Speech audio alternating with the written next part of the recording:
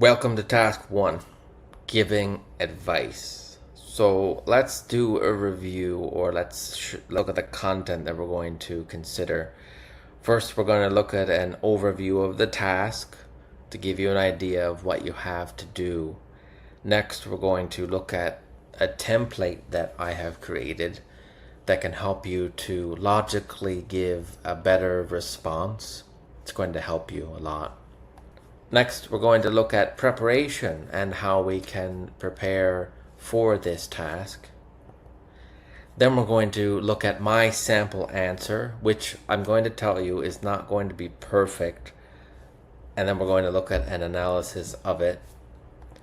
And we're going to go over frequently asked questions that many of my students have over the years that really is going to give you some tricks and tips to improve your answers. And then we're going to do a review. So let's get into the overview. So here you have to do a monologue or a conversation to somebody. I kind of tell students it's like leaving a voice message. Here in Canada, a lot of people still use like texting and leaving messages on their phone numbers. I know a lot of countries people don't do that. They use WhatsApp or Telegram. So view this as like a WhatsApp or Telegram or a WeChat voice message that you're recording to somebody, because you do have to speak for 90 seconds. So it's like leaving a long message to somebody. And you're going to have to think of 2 or 3 pieces of advice that can help them with their situation. And you have to explain it by giving examples or experiences. So let's look at the timing. The preparation time is 30 seconds and the speaking is 90.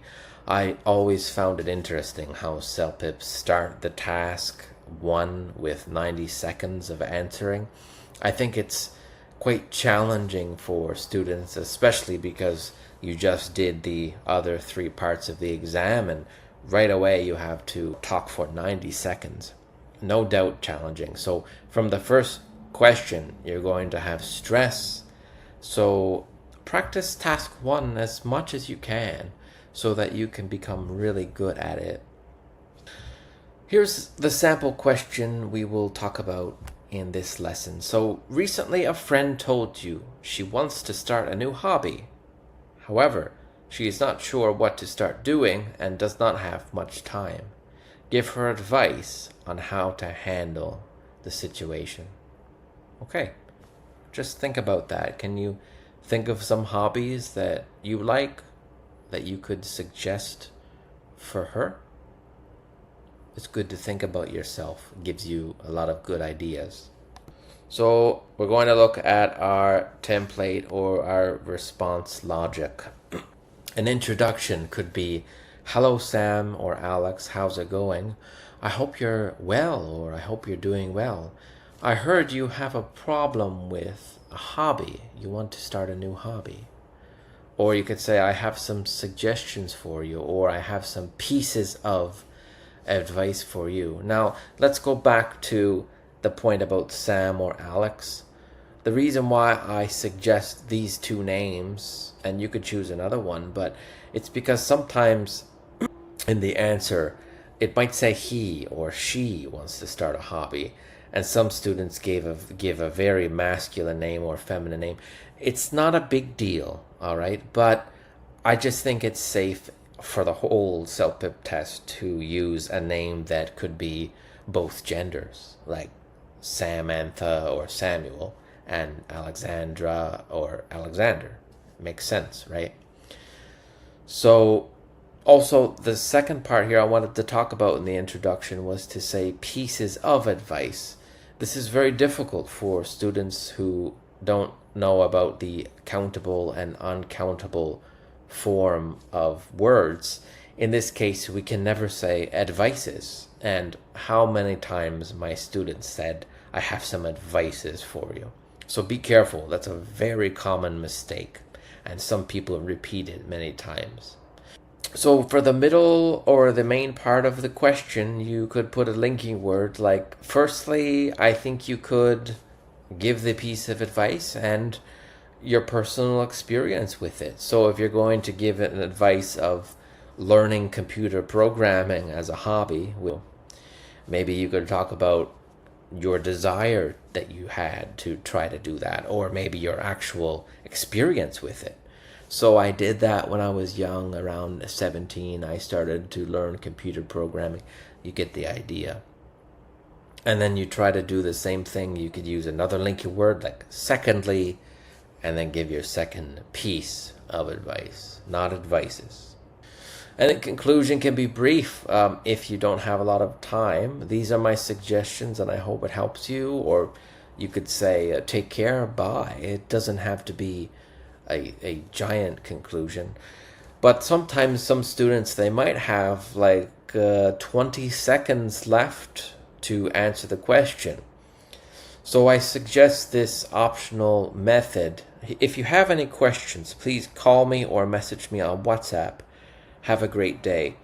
So like I said earlier, you're kind of imagining that you're leaving a voice recording or voice clip on an application. So if that's the case, then you want to probably conclude the message by saying, "Oh, call me later," or just let me know what you think of that. And it's the same. You could tell the person that you have free time on Friday night. By the way, I really want to help you to find a new hobby. So maybe you can come to my tennis practice as well on Friday night, and we can talk about what hobby you want to try. I mean, I know it sounds kind of ridiculous, but this is what we should do for this exam. So let's do it. Let's move on to our preparation before speaking. Try to read everything carefully in around 15 seconds. You only have 30 seconds, so you kind of want to have a little bit of time to think of some brainstorming, to brainstorm some ideas. So identify your audience right away. Is this a friend or a coworker? Usually it could be a friend or a family member. Usually it's an informal situation, but it could be semi-formal as well. So we want to be careful with the language we use. And as we discussed already, is it male or female? I mean, just use Sam or Alex. You're never going to have a problem with this. And then write down notes. So the information that we just talked about, you can write that down if you have time. If you don't worry about it. You want to identify the audience. If you want to identify the audience in this one, we can see clearly it's a friend, and the subject is she wants to start a new hobby, obviously. So now we want to get to our second point. We want to brainstorm in the other 15 seconds as we discussed. So personalize it. Do you have any experience with it? With hobbies, say. Do you have any experience with starting a new hobby? You very well could. So write down the two pieces of advice you have. You might say computer programming or running or whatever it could be. So together we're going to keep these notes. We're going to talk about 3 actually. Why not? We're going to suggest soccer. We're going to suggest video games, and then we're going to suggest cooking. So now we're going to listen to myself give an answer. I pre-recorded it for your enjoyment. And then after that, we're going to discuss the strengths and the weaknesses of my answer. Okay, so let's read it one more time. Recently, a friend told you she wants to start a new hobby. However, she is not sure what to start doing and does not have much time. Give her advice on how to handle the situation. Okay, so we have our notes that we're going to help her to see that soccer is good, video games, and also cooking. So we'll get started at 30 seconds. Hi Sam, how's it going? I heard that you really want to start a new hobby. So I do have a lot of advice for you. I started a lot of hobbies myself when I started to move, or when I moved to Canada. The first thing I think you could try is soccer. I know that Canada people like hockey, but soccer is so cool. It's an international sport, so you can have a lot of teammates and members from other countries. And I think soccer is becoming more popular. I think there's some clubs that you can meet with downtown. Another thing that I recommend personally is video games because they are so fun. Some people think they're a time waster. Yes, some boring games can be, but I think you could play a game that you might really like. Like my wife likes to play Tetris, which is a really old game, but that's what she likes, and it doesn't require a lot of time. Another thing that doesn't also require a lot of time is cooking, because you can do very simple recipes like pasta, for example. I think it's a really good hobby for you to get into, and that's pretty much all the advice I have for you. If you have any questions, we can talk again later. Bye. Well, whew, that wasn't easy. What did you think of my answer? Of course, a lot of my students say, Shane, it's very easy for you because you're a native speaker. I mean, it's true. I do have an advantage. But I think you can do the same thing. You might not use the exact same vocabulary as me. And I want to show you some of the bad things that I did, so it can give you motivation to not worry so much about maybe the bad things that you use with English. So notice the first one. It says here, the paragraph here starting with, so I do have a lot of advice for you. I started a lot of hobbies myself when I started to move, or when I moved to Canada. I mean, this was just because I was probably talking too fast before I could think of it. It doesn't make any sense when I started to move. I mean, moving is just one action. The second one here is, I said, I know that Canada people, the Canada people, it should be, of course, Canadian people, or Canadians, or people in Canada. Not a big mistake, but I make them. And the third one here starts with some. Some people think they are a time waster. Yes, some boring games can be. Okay, I'm sorry I repeated the word twice, I know. Again, this is probably a case I was speaking too fast, more than I could think. But let's move on to the good things, and I've highlighted it. The phrases that I used, green, and the vocabulary I used, pink. You can see I didn't use a lot of advanced vocabulary or idiomatic language. It's relatively simple, and I'm pretty confident I would score above 10, I hope. Hi Sam, how's it going? I heard that you really want to start a new hobby. Again, a very standard introduction. Take your time with it though. You don't want to say it very quickly, and then the other paragraphs you're pausing a lot. You're going to show the examiner that maybe you just memorized your introduction, which is not the best. The other ideas I said as well, the first thing I think you could try, another thing that I recommend personally, the third one here, another thing that doesn't also require a lot of time is, and then the conclusion. That's pretty much all the advice I have for you. If you have any questions, we can talk again later. Bye. And you can drag that out until the end of the answer. Vocabulary-wise, I said some people think it should be they. Sorry, they are a time waster. That's a good word, eh? Time waster. Something is a time waster, like scrolling on my TikTok or my YouTube shorts. It's such a time waster, right? And then it's a really good hobby for you to get into. It means for you to start to be interested in. Like, oh, I really want to get into cooking. So these are good pieces of vocabulary. I made a mistake. Pieces of vocabulary that you could use. All right. Frequently asked questions. Let's go. Question by the student. I have no problem understanding the question, but I don't have any experience with this topic. How can I brainstorm ideas? Well, use common sense. We already talked about ways that you can logically think of ideas.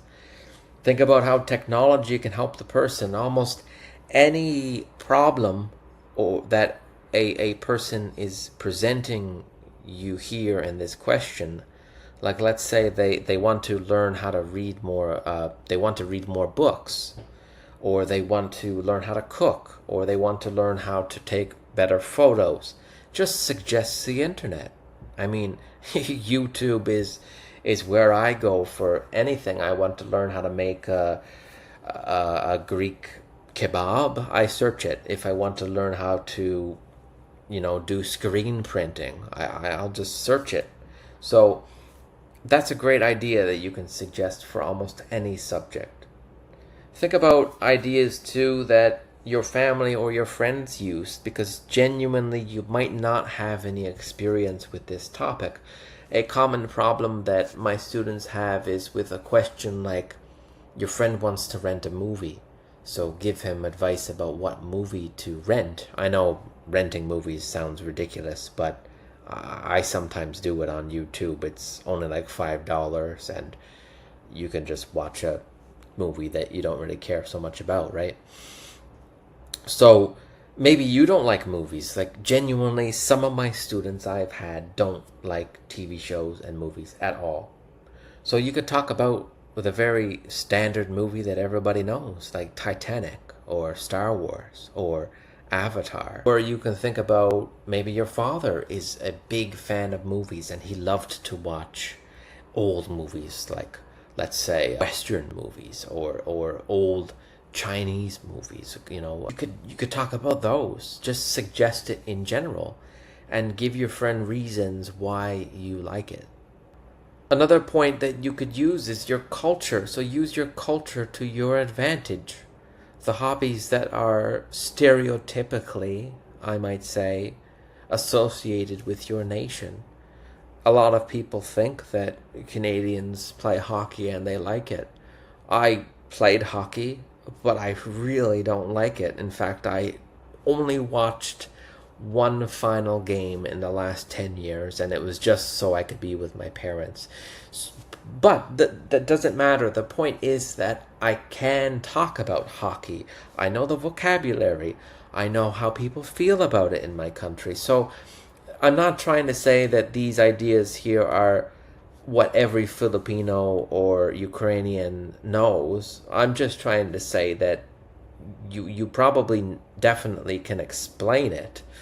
Like in my wife's country, they do a lot of karaoke. So that could be a piece of advice to start a hobby. Mahjong in China. Again, very stereotypical, but it doesn't matter. People in China know what this is. It's from China. Cricket in India. Football in Brazil. So many of my Brazilian students don't like football, but they can talk about football. And of course, Eastern Europeans don't.